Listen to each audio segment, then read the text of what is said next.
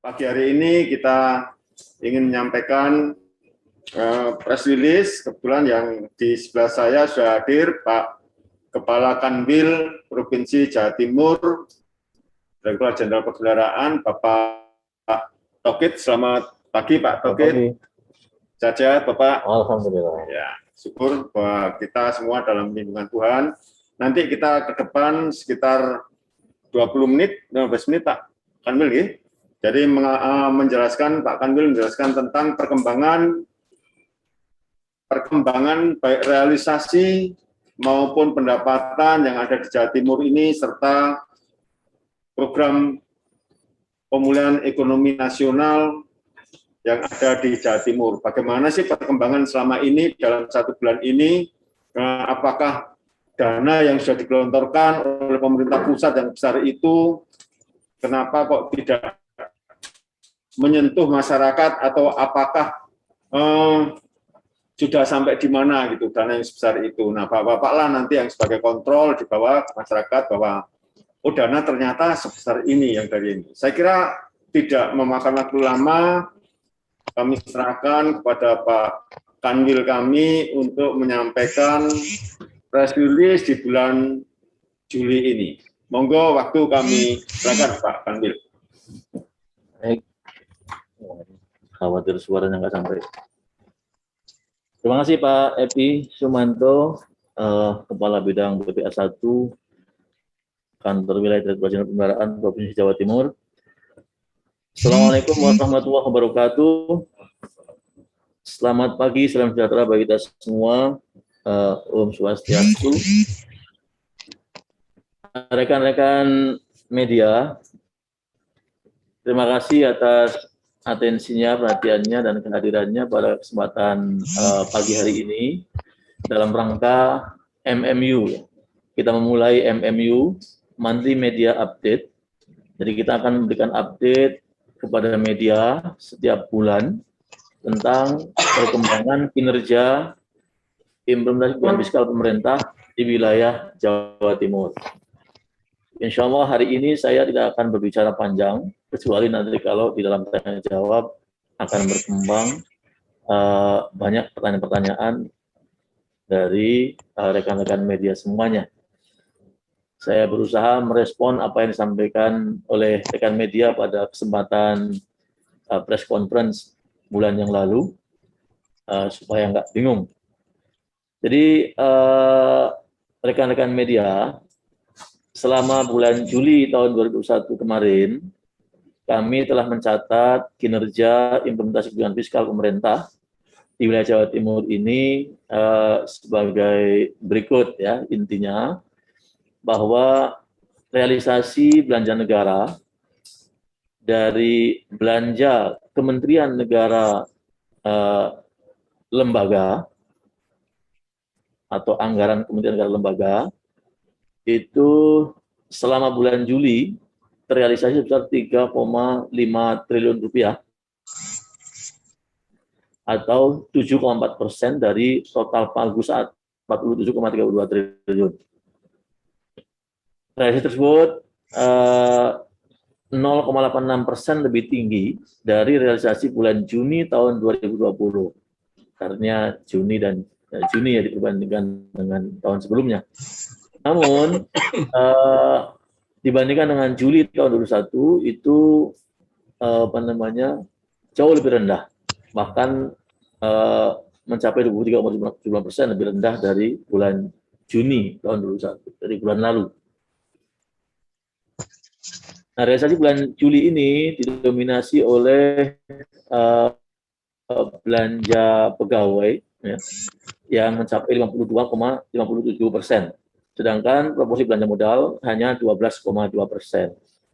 Ini realisasinya. Nah, sisanya belanja barang itu yang paling banyak, karena belanja bantuan sosial hanya sedikit saja. Itu realisasi belanja Kementerian Negara Lembaga. Kemudian realisasi belanja transfer ke daerah dan dana desa dari pemerintah pusat ya kepada Pemda-Pemda dan pemerintahan desa di seluruh Jawa Timur pada bulan Juli ini terrealisasi 4,29 triliun rupiah realisasi ini didominasi oleh transfer DAU yang mencapai 75,25%. Dan dana desa sebesar 20,21%. Artinya realisasi DBH, dana bagi hasil, kemudian DAK, baik itu fisik maupun non fisik, kemudian juga DID, dana insentif daerah, itu tidak signifikan pada bulan Juli ini. Bahkan realisasi bulan Juli ini 19,36% lebih rendah dari realisasi bulan Juli tahun 2020, ada tahun yang lalu diperbandingkan. Ini dari belanja kementerian dan lembaga. Kemudian dari belanja non kementerian negara lembaga, pemerintah pusat telah memfasilitasi penyaluran dari program pada bulan Juli ini tersalur kira-kira 2,99 triliun, hampir 3 triliun ya, kepada 127.901 debitur.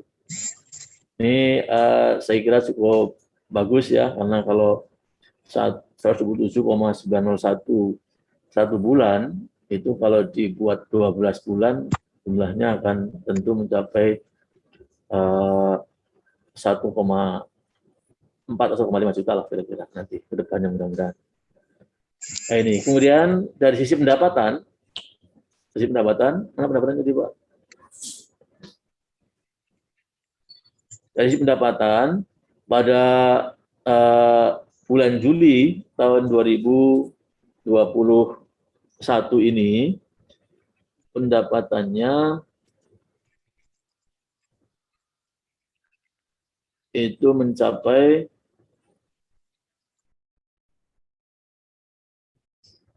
belum dibuka ya Pak.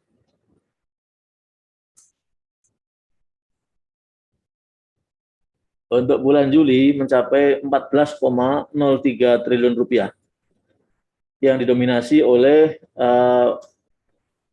pendapatan perpajakan utamanya ya, itu sekitar 13,585 triliun, itu hampir 95% lebih ya dari total pendapatan yang kita terima. Dan dari sekitar 98% perpajakan itu didominasi 52%-nya oleh cukai tembakau, penerimaan cukai tembakau. Mana ini ya? Ya. Jadi cukai tembakau 53,14% ya. Nah, realisasi ini kalau dibandingkan dengan Juli tahun 2020 ini tumbuh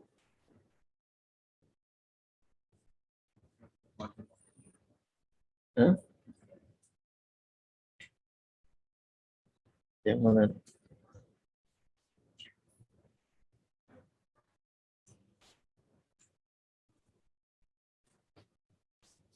Ini datanya. Dibandingkan dengan Juli tahun 2020 itu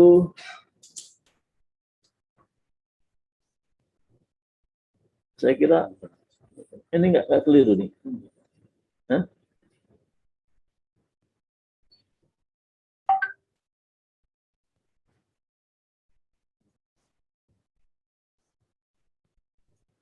Ya,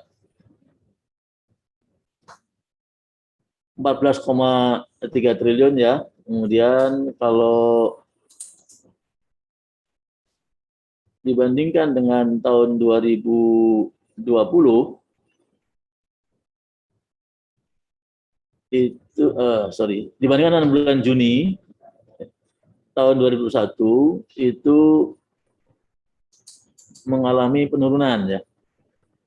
Mengalami penurunan sebesar 25,88%, 10,8% ya, dibandingkan dengan Juni tahun 2021. Penurunan ini dikontribusi oleh menurunnya penerimaan cukai hasil tembakau hingga 25,8%. Jadi ini kinerja pendapatan kita yang tercatat di rekening kas negara di wilayah Jawa Timur. Jadi ini rekan-rekan media, perkembangan secara umum ya. Silakan kalau nanti ada yang perlu kita diskusikan. Terima kasih, silakan. Baik, terima kasih Pak Kanwil. Kalau saya mendapat catatan, tadi pendapatan cukup besar juga ya Pak Kanwil ya, 14,03 triliun ya, sementara belanja hanya 3,5 triliun, kira-kira demikian Pak Kanwil ya. Baik, kami berikan kesempatan kepada Mas Billy, monggo silakan dulu. Habis Mas Billy, nanti siap-siap Mas Ariel ya.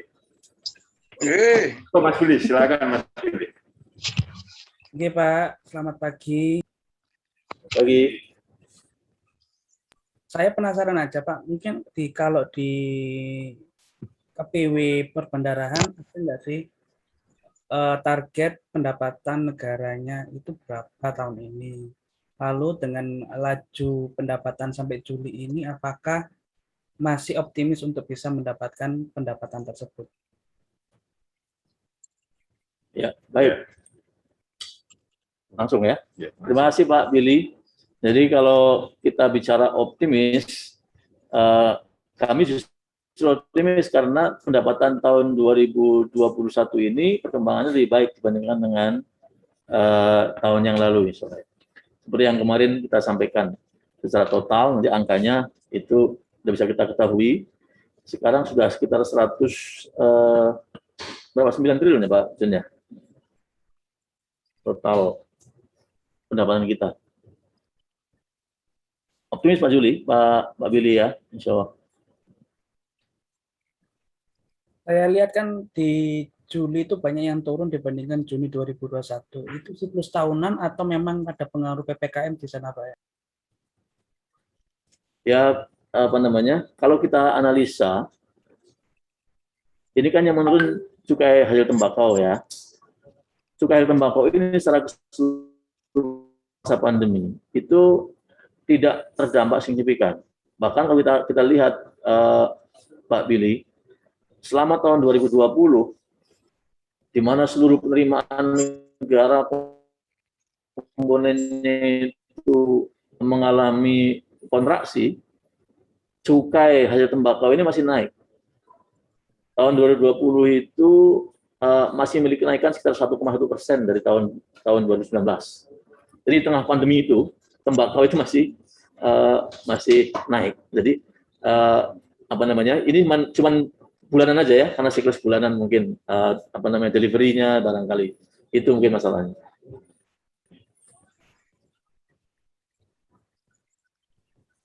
Ya, Pak Kanwil memang didominasi dari cukai Pak Kanwil ya, kayaknya ya di bulan Juli ini ya Mas Billy. Jadi cukai memang luar biasa gitu. Dan kita akan yakin terus bahwa di Jawa Timur memang pabrik rokok cukup lumayan. Mungkin saya beralih ke Mas Ariel, silakan. Di belakang Mas Ariel nanti ada Bu Dewi, nih. Monggo silakan Bu Dewi. Ini Mas Ariel dulu ya, dari Surabaya Pelangi. Assalamualaikum Pak. Waalaikumsalam warahmatullahi wabarakatuh. Iya, tadi kalau saya nggak salah dengar tadi kan masih didominasi sama belanja pegawai ya.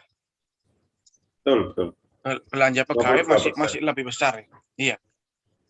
Gini Pak, anggaplah sebagai orang awam kan ini lagi butuh-butuhnya PPKM, lagi banyak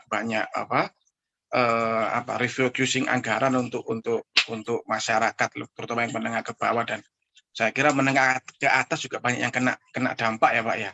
Iya. Nah, apakah ada kebijakan khusus yang istilahnya ya, mengalokasikan anggaran itu ke sana gitu loh. Artinya untuk ngalah dulu deh untuk belanja pegawainya dialokasikan ke sini deh, gitu loh Pak. Oh gitu ya. Sehingga dampak ekonomi terutama itu bisa diredam. Apakah ada niat seperti itu? Political will-nya ada apa enggak? Ataukah memang ya sudah begini-begini aja sampai sekarang gitu? Sementara gitu Pak dari saya.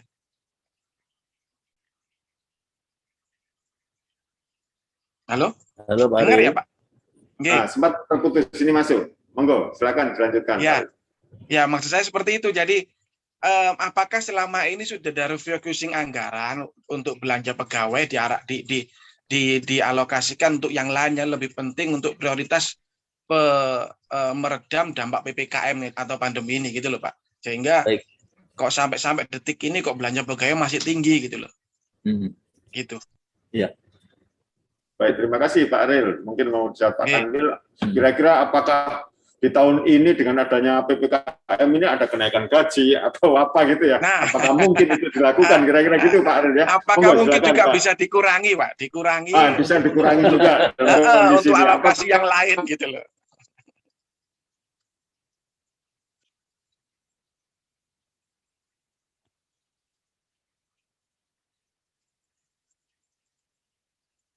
Informasi mengenai hal ini.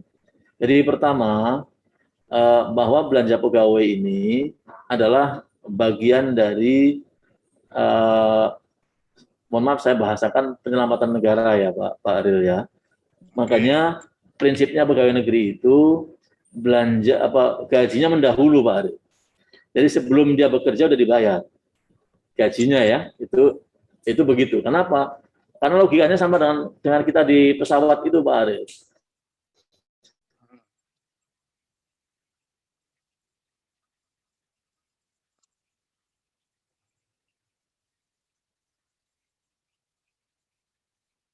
Yang lainnya. Itu logiknya, makanya filosofinya gaji pegawai negeri itu dibayar sebelum dia bekerja. Sebelum dia bekerja. Ini gajinya ya. Kalau tunjangan itu dibayar setelah dia bekerja karena insentif sifatnya. Nah, lalu kenapa kok porsinya lebih besar?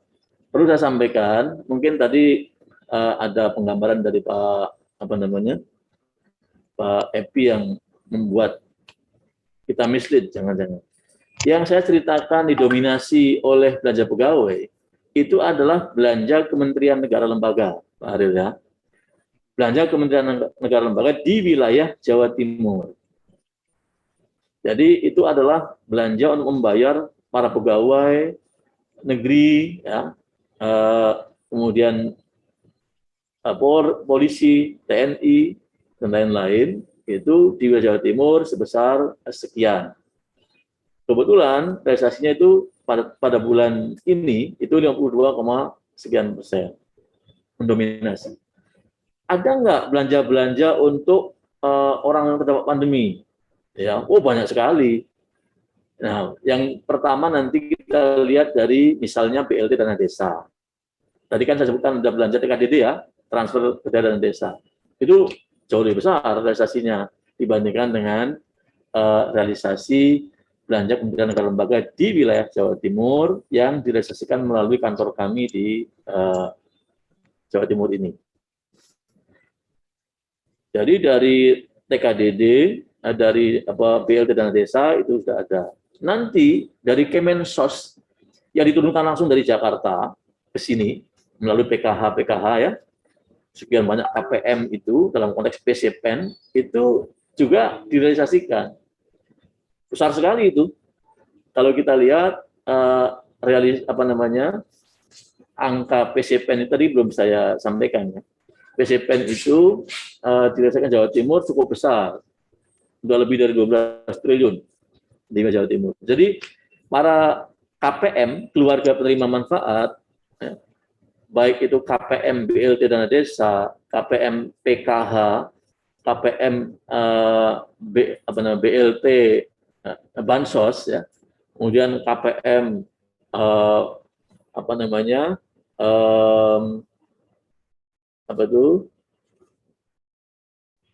pekerja yang misalnya gajinya di bawah sekian juta rupiah, kemudian berbagai insentif yang lainnya itu dibelanjakan dalam kerangka program PEN, dan itu dibayarkan oleh kantor pusat semuanya. Kalau kita lihat, ini ada KPM, ini hanya Perlinsos ya, PKH. Ini Pak Pajennya, PCPEN ya? Ya, Pak. Yang totalnya dulu. Jadi pemerintah sudah mengalokasikan 744 triliun rupiah, ya. Ini update setelah yang terdahulu 699 triliun ini nih untuk PCPN. Nah, di dalamnya ini nanti ada untuk Perlinsos. Mana angkanya yang totalnya dulu? Nah, itu tadi, sorry, yang tadi. Nah, ini ya Pak Ariel ya, dan rekan-rekan media semuanya. Jadi, di semester 1 ini, khususnya di bulan Juli, pemerintah menambahkan lagi anggaran untuk PCPN dari 699 triliun menjadi 744,75 triliun rupiah. Ini perhatian pemerintah. Nah, dana-dana untuk klaster kesehatan, untuk perlindungan sosial, ada program prioritas, dukungan UMKM dan lain-lain. Ini masing-masing bisa dilihat pagunya ya, alokasinya. Misalnya kesehatan ada 214,95 triliun, telah terrealisasi 30,18% atau 64,80 triliun.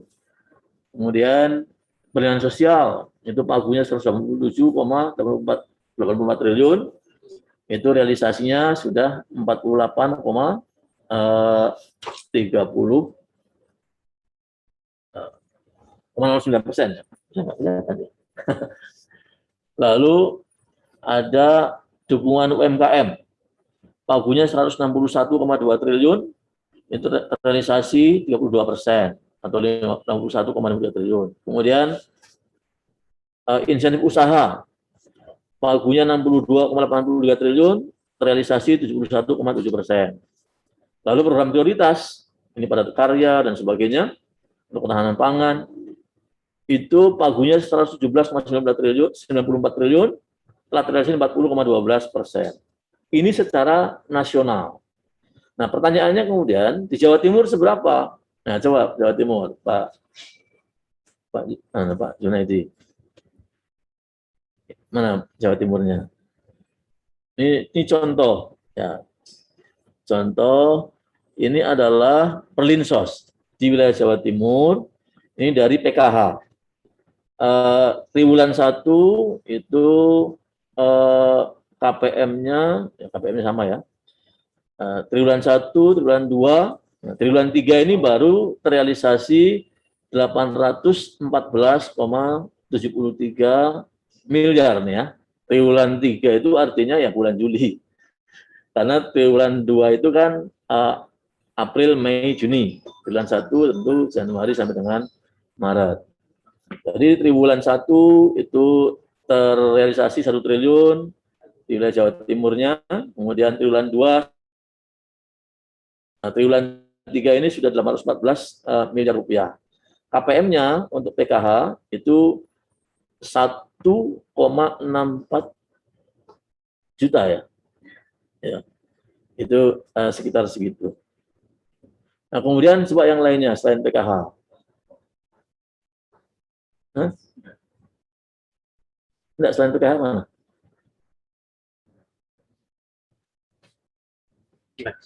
Padat karya? Enggak ada datanya? Ada itu.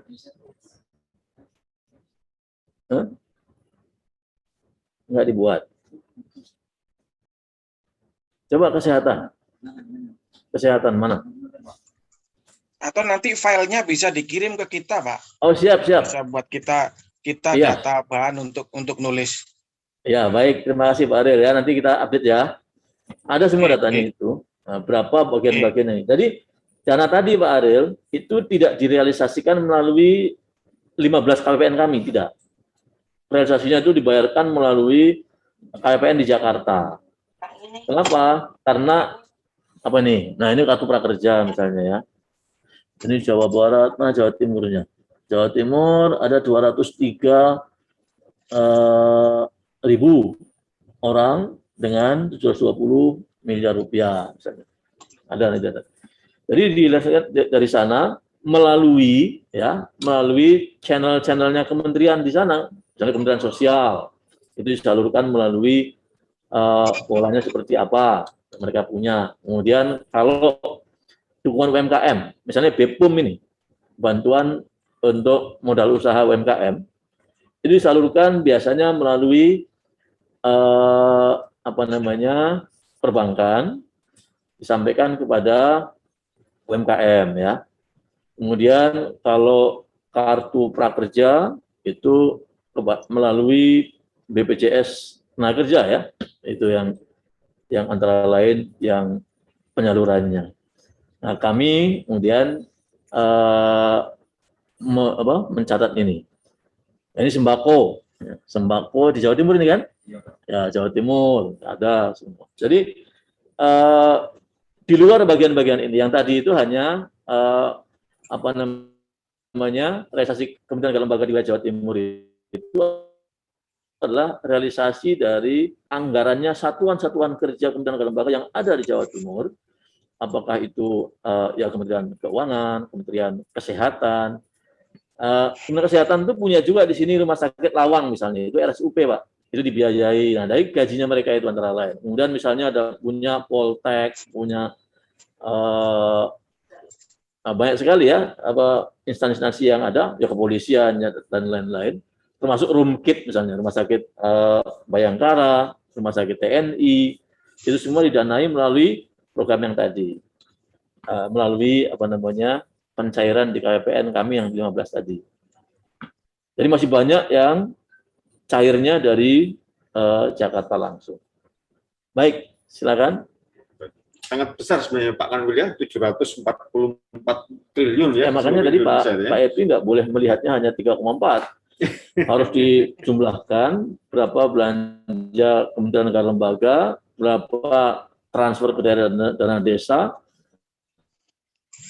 itu semua dijumlahkan. Termasuk nanti subsidi yang kita arahkan untuk UMKM tadi, subsidi bunganya berapa besar yang disampaikan. Iya, baik. Mungkin kami berkesempatan ke Bu Dewi. Monggo Bu Dewi, nanti akan balik ke Pak Billy lagi, nggih. Bu Dewi, monggo silakan. Dari realita masih di mute Bu Dewi. Tolong hostnya dibuka mute-nya Bu Dewi.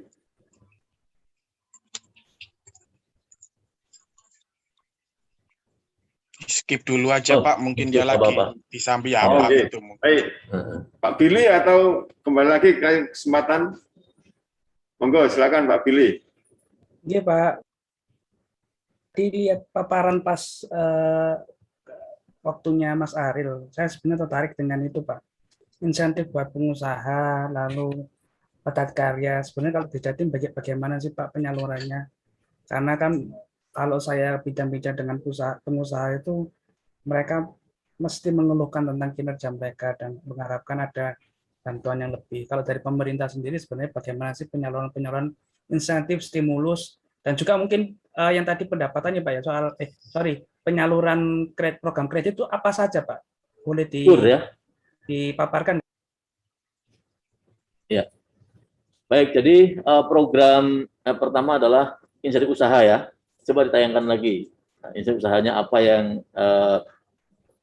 disampaikan di sini. Banyak sekali insentif usaha.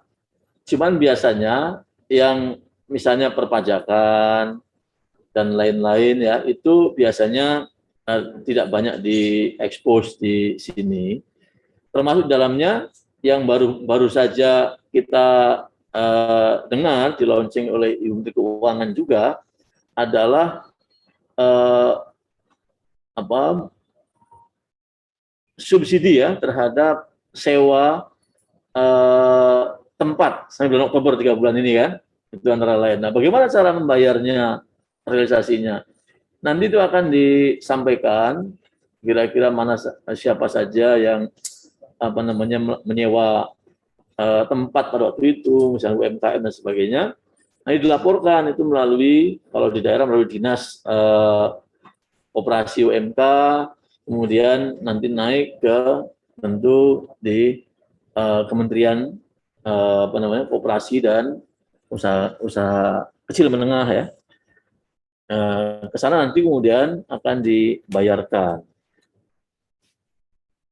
Ini mana tadi yang insentif usaha tadi, yang pen tadi.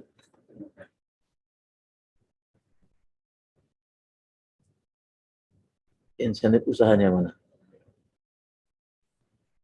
insentif usaha. Tadi kan ada, nah, nih insentif usaha ini kan manfaatnya adalah PPh 21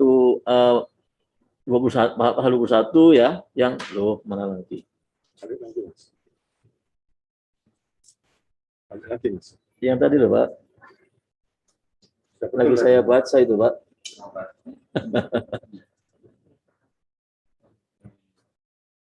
Enggak yang tadi. Nah ini saya lagi baca ini. Ini PPh contohnya ya. Pasal 21 itu ditanggung pemerintah misalnya.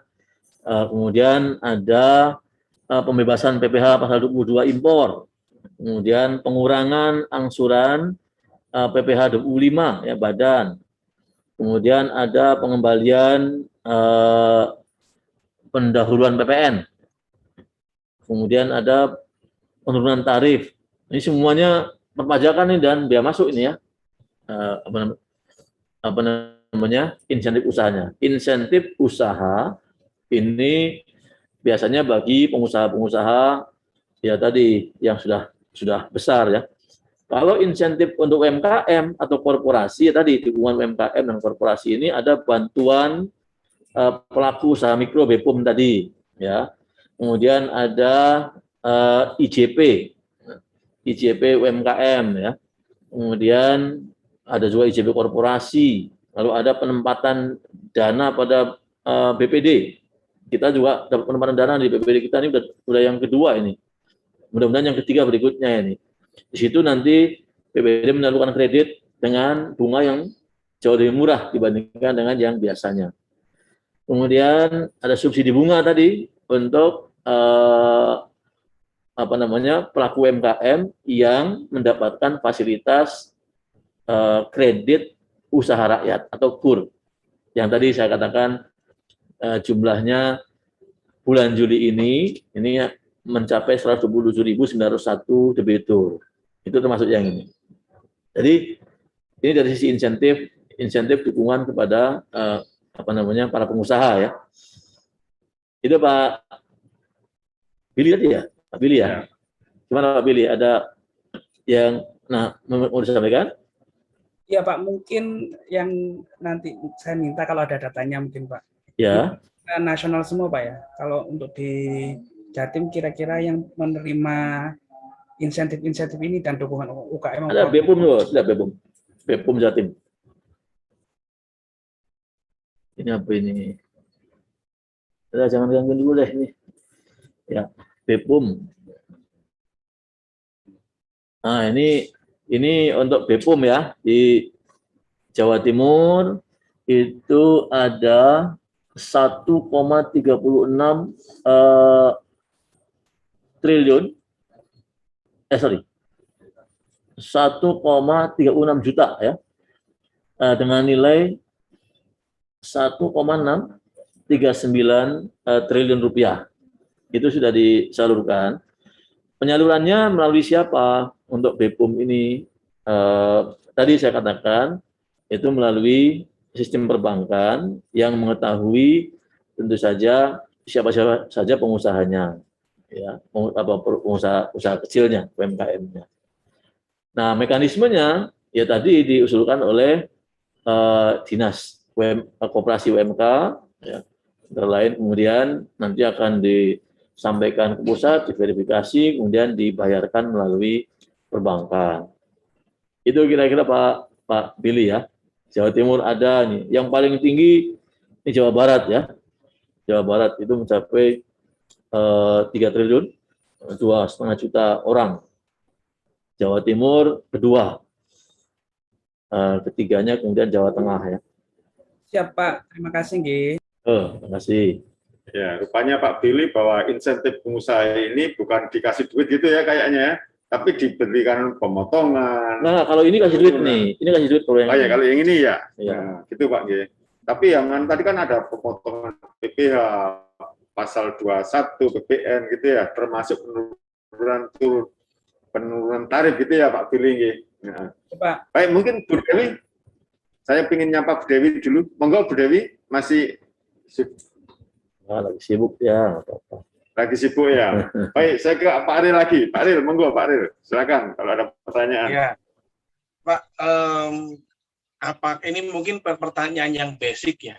Ya. Apakah dengan penyaluran anggaran yang segitu banyak, apa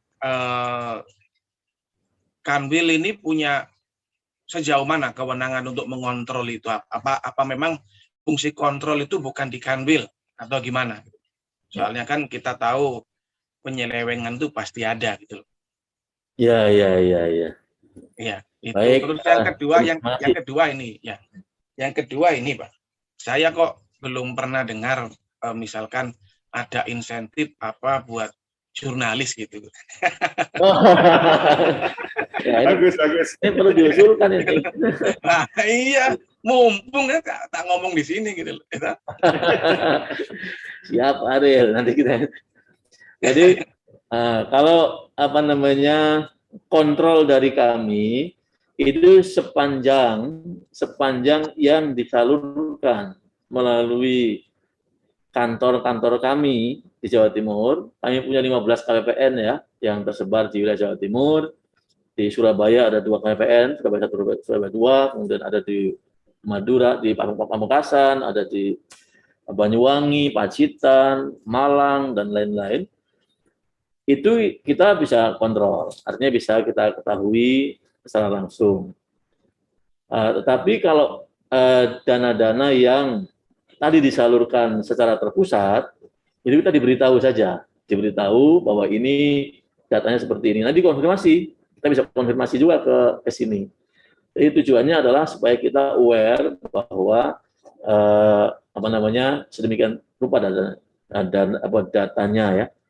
Nah, nanti mungkin suatu saat kita Pak Ariel bisa turun juga sama-sama ke UMKM ya. Siapa yang menerima misalnya KUR, siapa yang menerima BPUM, boleh nanti sama-sama bener nggak sih ada yang terima gitu, kira-kira gitu ya. Oke. Nanti bisa dilihat gitu.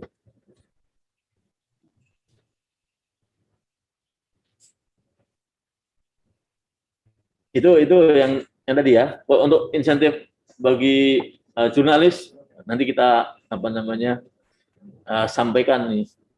Terutama kami juga Pak Ariel membuat kajian fiskal regional. Ya, kajian fiskal regional ini bagian dari kajian kami untuk mengabsorb apa yang ada di regional Jawa Timur agar dapat menjadi alternatif kebijakan bagi kantor pusat.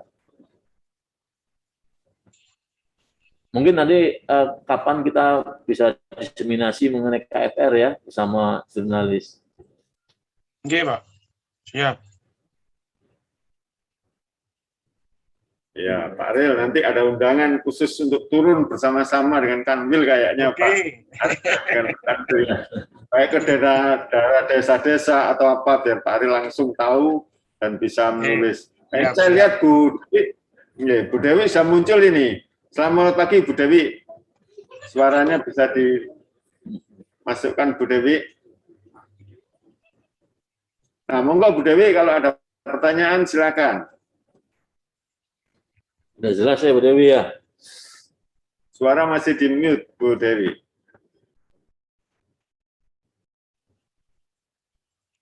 Baik, mungkin sudah jelas dia. Dia sudah jelas. Oke. Baik, Pak Ariel lagi mungkin sama Jadi Pak Billy, Pak silakan. Ariel, Pak Billy, juga Bu Dewi dan rekan-rekan media yang lain. Insya Allah kita akan lakukan monthly media update ini setiap bulan. Dan tentunya kita mengharapkan sebelum tanggal 10 kita bisa update kepada media agar masyarakat di wilayah Jawa Timur juga mendengar bagaimana sih implementasi fiskal pemerintah di wilayah Jawa Timur ini, baik yang dana-dana yang dicairkan oleh kantor-kantor di wilayah Jawa Timur maupun yang di kantor pusat. Saya dukung penuh, Pak. Mudah-mudahan nanti kita akan bisa, ya. Selama ini kan kalau implementasi fiskal hanya biasanya pusat aja, Pak ya, yang di Iya.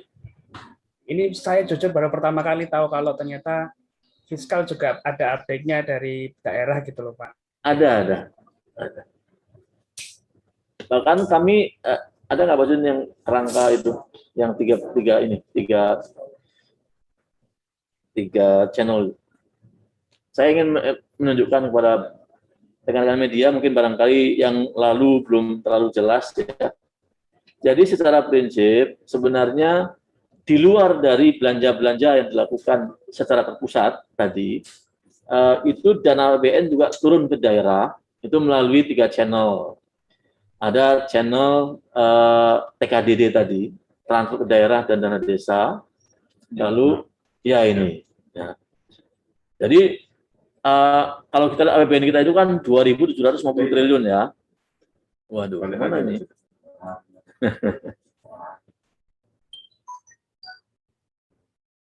$2.750 triliun itu dibagi habis Pak, rekan-rekan media. Saat ini, tahun ini, 28,9% itu untuk TKDD, untuk transfer ke daerah dan dana desa. Ya, itu besarnya 795,4 triliun. Kemudian 37,5% lainnya itu dialokasikan sebagai belanja Kementerian Negara Lembaga atau 1,32 triliun. 1.032 triliun, sorry. Kemudian ada yang dialokasikan melalui belanja non Kementerian Negara Lembaga. Itu 33,5%. Apa saja sih belanja non Kementerian Negara Lembaga itu? Ya tadi antara lain subsidi pupuk, subsidi bibit, subsidi listrik, ya, energi listrik, BBM dan sebagainya. Termasuk juga penggunaan non Kementerian Negara Lembaga ini untuk untuk penempatan modal pemerintah, modal negara, PMN ya. Misalnya di Jawa Timur ini kan ada PT Pindad, ada PT PAL, ada Semen, ada Inka, begitu banyak BUMN di sini. Itu dimungkinkan kita menambah PMN misalnya ke BUMN itu disalurkan melalui belanja non Kementerian Negara Lembaga dan lain. Nah, bagaimana kemudian pembagiannya ini? Sudah 100% ya dibagi 3 ya. Ke Jawa Timur gimana? Dari TKDD itu ada 9,47% ke Jawa Timur, yaitu 75,34 triliun. Ini disalurkan ke 38 kabupaten kota dan juga ke provinsinya, jadi 39 pemerintahan. Itu sebesar 75,34 triliun. 9,40% itu besar sekali itu alokasi. Karena kalau kita bagi TKDD yang 765,4 triliun ini ke 34 provinsi, itu harusnya kalau rata-rata cuma 2,9%. Jawa Timur itu dapatnya 9,47%. Itu sangat signifikan. Nah, bagaimana turunnya? Tadi nanti akan menjadi penerimaan utama dari APBD dari 39 pemerintahan itu. Termasuk desa-desa ya. Desanya yang 7.724 desa. Kemudian bagaimana belanja Kementerian Negara Lembaga turun ke wilayah Jawa Timur? Itu ada 48,59 triliun atau 4,71%. Ini yang digunakan untuk mengoperasikan kantor-kantor pemerintah di wilayah Jawa Timur. Ya, saya katakan saja misalnya kita punya Polres di setiap kabupaten kota, gitu kan? Kita punya mungkin beberapa Korem, Kodim di setiap kabupaten kota. Kita punya pengadilan negeri di setiap kabupaten kota. Kita punya kejaksaan di setiap kabupaten kota. Kita punya kantor kemenang di setiap kabupaten kota. Kita punya macam-macam. Termasuk kantor-kantor misalnya BBWS untuk wilayah sungai, PJN untuk jalan, kemudian juga untuk macam-macam. Ya, situ PUPR ya. Itu banyak sekali kantor-kantor kita, itu dibiayai dengan 48,58 triliun ini.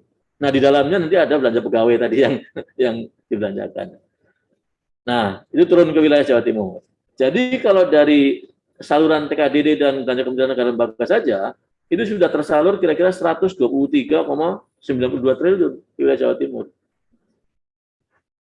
Itu yang kami cairkan melalui kantor kami yang 15 tadi. Ditambah lagi dengan perkiraan saya itu subsidi energi non energi energi tadi ya, listrik, kemudian BBM, kemudian ada juga apa namanya, ya LPG ya, LPG 3 kilogram terutama. Kemudian ada subsidi non energi, itu ya di pupuk, ada pangan, ada PSO, mungkin naik kereta, naik bus damri dan sebagainya, biasanya itu disubsidi juga. Kemudian termasuk subsidi program dan lain-lain. Itu minimum, saya katakan dari subsidi itu kira-kira 11,89 triliun masuk ke wilayah Jawa Timur. Nah, bagaimana masuknya? Ini dari pusat juga, terpusat juga dikirimnya oleh kantor pusat. Tapi saya hitungkan angkanya sekitar segitu ya, setara 6,78%. Nah, inilah turunnya dana-dana minimum ke wilayah Jawa Timur. Ditambah lagi dengan konteks tadi yang PKH yang dari pusat turun, pembayaran para pensiunan misalnya di wilayah Jawa Timur dari pusat juga, lalu ada sembako dan apa, ada beras raskin ya, dari sembako dan lain-lain itu dari pusat Jawa Timur itu jauh lebih besar dari perkiraan 135 triliun. Jadi kira-kira gambarannya begitu Pak Ariel ya, apa namanya, bagaimana turunnya dana-dana itu ke masyarakat kita. Makanya saya berani mengatakan we are in the budget. Kita semua ini bersama anggaran, berada dalam anggaran, karena setiap kita pasti menikmatinya, walaupun mungkin nggak terasa keluar ke jalan-jalan pemerintah. Bahkan saya katakan Crazy Rich Surabaya pun tidak bisa terhindar dari APBN, karena kalaupun dia punya jet pribadi, tetap dia menggunakan runway-nya apa namanya, pajak pemerintah dan sebagainya, banyak sekali. Jadi we are in the budget. Nah, masalahnya adalah bagaimana kita kemudian tentang bagaimana APBN turun ke masyarakat. Ini yang saya ingin dengan teman-teman media, ayo kita beritahu masyarakat kita dengan berita-berita yang benar. Karena itu saya menyajikan data ini mungkin oleh sebagian orang dianggap vulgar ini. Kok bisa ya ditunjukkan angka-angkanya? Ya enggak apa-apa itu ngomong begitu angkanya kan. Semua ini publish. Setiap tahun kami juga mengintroduce di akhir tahun biasanya DIPA untuk tahun berikutnya. Nah inilah DIPA-DIPA-nya. DIPA dan TKDD, angkanya itu. Cuman kita seringkali nggak tahu dari mana jalurnya. Gitu. Inilah jalurnya saya tunjukkan. Mudah-mudahan nggak ada kepala kanwil yang apa namanya menjelaskan begini kecuali saya. Luar biasa itu ya Pak Ariel. Ya. Transparan ya Pak, super transparan itu. Iya. Pak Ariel ini bisa aja. Mungkin ada pertanyaan apa? Pertanyaan terakhir mungkin ya, Pak Ariel, Pak Billy maupun Bu Dewi ya. Silakan. Pak. Kalau dari saya cukup Pak. Tolong nanti dikirimin data-data tadi aja deh buat tambahan tulisan ini kita. Bu Dewi ini masuk ini suaranya. Ya, makasih Pak Ariel, Pak Billy ya. Baik, ada kalimat penutup closing Pak Kanwil, silakan. Ya, tadi kan closingnya saya sudah sampaikan closing tadi sebenarnya. Bahwa kita akan melakukan kegiatan ini setiap bulan, satu. Yang kedua, kalau ada data-data yang diperlukan, itu silakan dikontak ke kami ya di sini. Kami dengan protokol kesehatan yang ada selalu siap untuk menerima kedatangan tamu-tamu. Artinya protokol kesehatannya tidak berarti undang kalau ke sini harus tes antigen dulu, enggak. Yang penting kita mencoba nanti misalnya pakai ini ya, pakai masker. Jadi silakan kalau Pak Billy mau datang, Pak Ariel mau datang ke sini. Kami terbuka. Terima kasih ya. Pak. Ya, terima kasih. Pak. Terima kasih Pak. Mari sama-sama. Sudah memberikan penjelasan secara detail. Sekali lagi saya ucapkan juga kepada Mas Billy dari Jawa Pos, Mas Ariel dari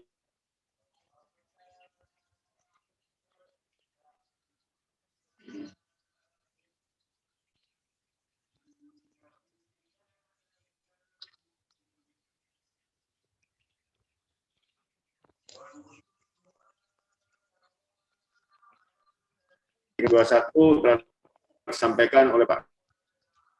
Depan akan kami sampaikan juga kembali informasi ini lagi. Dan tidak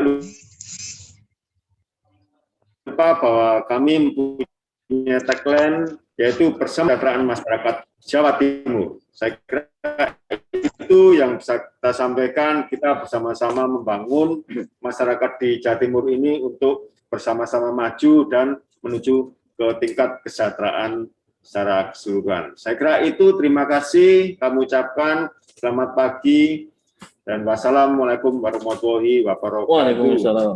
Waalaikumsalam warahmatullahi wabarakatuh. Semangat ya Pak Idrus. Ayo semua ya, assalamualaikum warahmatullahi wabarakatuh. Selamat Waalaikumsalam. siang, salam sejahtera. Masih ada wawancara dengan Oh iya.